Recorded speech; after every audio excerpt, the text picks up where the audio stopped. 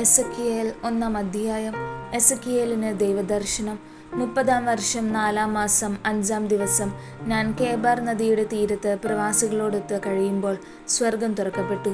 എനിക്ക് ദൈവത്തിൻ്റെ ദർശനങ്ങൾ ഉണ്ടായി. മാസത്തിൻ്റെ 5-ാം ദിവസം, യെഹോയാക്കീൻ രാജാവിൻ്റെ പ്രവാസത്തിൻ്റെ 5-ാം വർഷം, കൽദായ ദേശത്ത് കേബാർ നദീ തീരത്ത് വെച്ച് ബുസിയുടെ പുത്രനും പുരോഹിതനുമായ എസെക്കിയേലിന് കർത്താവിൻ്റെ അരുളപ്പാടുണ്ടായി. അവിടെ കർത്താവിൻ്റെ കരം അവൻ്റെ മേലുണ്ടായിരുന്നു. ഞാൻ നോക്കി, ഇതാ വടക്ക് നിന്ന് ഒരു കൊടുങ്കാറ്റ് പുറപ്പെടുന്നു. ഒരു വലിയ മേഘവും അതിനു ചുറ്റും പ്രകാശം പരത്തി ജ്വലിക്കുന്ന തീയും, തീയുടെ നടുവിൽ മിന്നിത്തിളങ്ങുന്ന വെള്ളോട് പോലെ എന്തോ ഒന്നും. 4 ജീവികളുടെ രൂപങ്ങൾ അതിൻ്റെ മധ്യത്തിൽ പ്രത്യക്ഷപ്പെട്ടു. അവയ്ക്ക് മനുഷ്യരുടെ ആകൃതിയായിരുന്നു. എന്നാൽ ഓരോന്നിനും 4 മുഖങ്ങളും 4 ചിറകുകളും ഉണ്ടായിരുന്നു.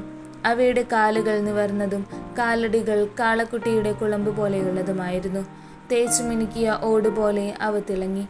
അവയുടെ 4 വശത്തും ചിറകുകൾക്ക് കീഴിൽ മനുഷ്യകരങ്ങളുണ്ടായിരുന്നു. 4നും മുഖങ്ങളും ചിറകുകളും ഉണ്ടായിരുന്നു. അവയുടെ ചിറകുകൾ പരസ്പരം സ്പർശിച്ചിരുന്നു. ഓരോന്നും ഇടം വലം തിരിയാതെ നേരെ മുമ്പോട്ട് നീങ്ങിയിരുന്നു. അവയുടെ മുഖങ്ങൾ ഇപ്രകാരമായിരുന്നു. 4നും മുൻഭാഗത്ത് മനുഷ്യൻ്റെ മുഖം, വലതുവശത്ത് സിംഹത്തിൻ്റെ മുഖം, ഇടതുവശത്ത് കാളയുടെ മുഖം, പിൻഭാഗത്ത് കഴുകൻ്റെ മുഖം. അവയുടെ മുഖങ്ങൾ അങ്ങനെ തന്നെ. ചിറകുകൾ മേലോട്ട് വിരിച്ചിരിക്കുന്നു. ഓരോ ജീവിക്കും അടുത്തു നിൽക്കുന്ന ജീവിയുടെ ചിറകുകളെ സ്പർശിക്കുന്ന ഈ 2 ചിറകുകളും ശരീരം മറയ്ക്കുന്ന ഈ 2 ചിറകുകളും ഉണ്ടായിരുന്നു. അവയോരോന്നും നേരെ മുമ്പോട്ട് പോയിരുന്നു. എങ്ങോട്ട് പോകണമെന്ന് ആത്മാവിച്ഛിച്ചുവോ അങ്ങോട്ട് അവ പോയി. ഇടം വലം തിരിഞ്ഞില്ല.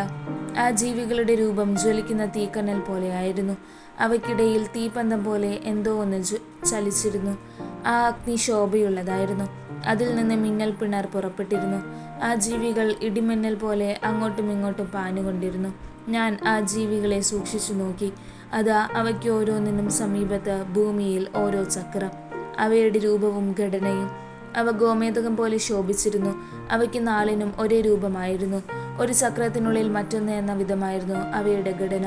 അവ ചരിക്കുമ്പോൾ 4ൽ ഏത് ദിക്കിലേക്കും ഇടം വലം തിരിയാതെ പോകാമായിരുന്നു. അവയുടെ പട്ടകൾ ഭയമുളവാക്കത്തക്ക വിധം ഉയരമുള്ളതായിരുന്നു. 4ൻ്റെയും പട്ടകൾക്ക് ചുറ്റും നിറയെ കണ്ണുകളുണ്ടായിരുന്നു. ആ ജീവികൾ നടന്നപ്പോൾ ചക്രങ്ങളും അവയോട് ചേർന്ന് നീങ്ങിയിരുന്നു. ജീവികൾ നിലത്ത് നിന്ന് ഉയരുമ്പോൾ ചക്രങ്ങളും ഉയരും. അവ എവിടെ പോകണമെന്ന് ആത്മാവിച്ഛിച്ചുവോ അവിടെയെല്ലാം അവ പോയി. അവയോടൊപ്പം ചക്രങ്ങളും പോയി.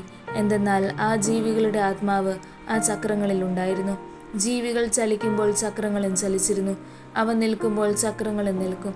അവ ഭൂമിയിൽ നിന്ന് ഉയർന്നപ്പോൾ ചക്രങ്ങളും ഉയർന്നു. കാരണം ആ ജീവികളുടെ ആത്മാവ് ആ ചക്രങ്ങളിൽ ഉണ്ടായിരുന്നു.